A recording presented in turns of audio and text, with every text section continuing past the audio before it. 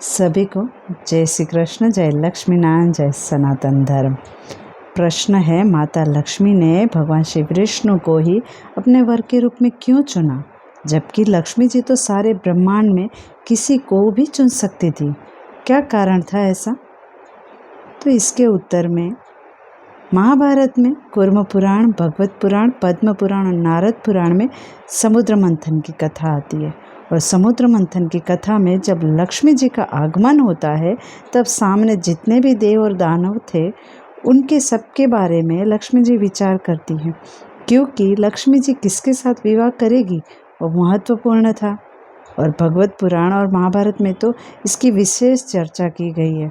तो सबके बारे में सोचने के बाद लक्ष्मी जी श्री विष्णु जी को चुनती है। और शास्त्रों और पुराणों में ऐसा कहा गया है कि जब लक्ष्मी जी को पूछा गया कि आपको कैसा वर चाहिए, तब लक्ष्मी जी ने कहा कि मैं ऐसे वर को पसंद करना चाहूँगी जिसके अंदर बहुत सारे अच्छे गुण हो, जिसका माइंड सेट वेल्दी हो। पुराण में सुमंगल शब्द दिया गया है। और जो मुझे प्राप्त करने के लिए प्रयत्नशील नहीं है, जो मेरे पीछे नहीं भागता, जो गुणों की कदर करता है और जिसका माइंडसेट वेल्दी है। और ये सभी गुण भगवान श्री विष्णु में थे।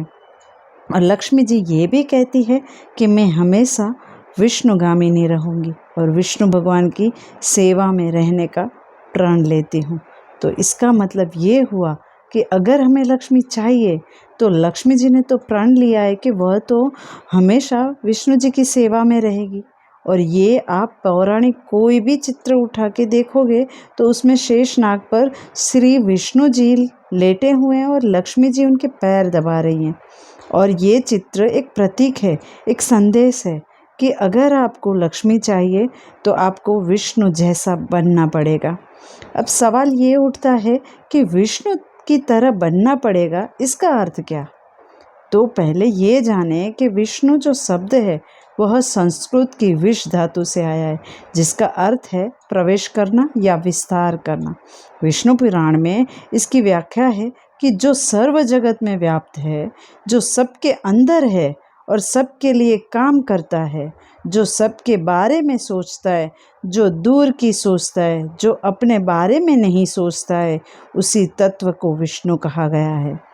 अगर आप ध्यान से आपके आसपास देखेंगे तो सबसे ज़्यादा धन उन्हीं के पास होगा जो सबके लाभ के बारे में सोचता है, सिर्फ अपने बारे में नहीं सोचता है। उनका विज़न ब्रॉड है, उनकी जो थिंकिंग है वह यूनिवर्सल है। उनके कर्मों का प्रभाव सब पर कैसे किस तरह होगा, ऐसे सोच रखने वालों को ही शास्त्रों में विष्णु कहा गया है। और जब हम अपनी सोच को विशाल करेंगे तब धन अपने आप हमारे पास आकर्षित होकर आएगा। तो हमें लक्ष्मी जी के पीछे नहीं भागना है, बल्कि अपने अंदर रहे विष्णु तत्व को बढ़ाना है, जागृत करना है। और जैसे ही विष्णु तत्व एक्टिवेट हो जाएगा तो तब लक्ष्मी अपने आप अपने पास आ जाएगी, क्योंकि लक्ष्मी जी ने तो कहा है कि मैं विष्णुगामिनी हूँ।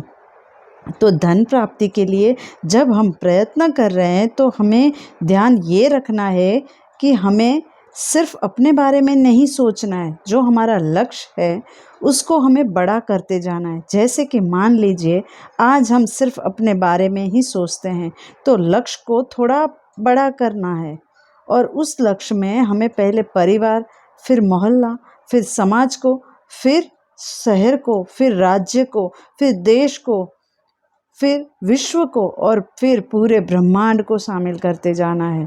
जैसे ही हम हमारे लक्ष्य को विशाल करेंगे और लक्ष्य बड़ा होते ही हमारे अंतःकरण की वृत्ति विष्णु रूपी हो जाएगी। और जैसे ही हमारी वृत्ति विष्णु रूपी होगी, लक्ष्मी अपने आप हमारे पास आ जाएगी।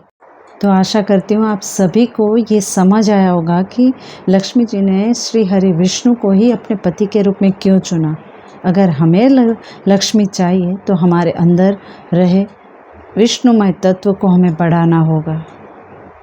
धन्यवाद। अस्तु।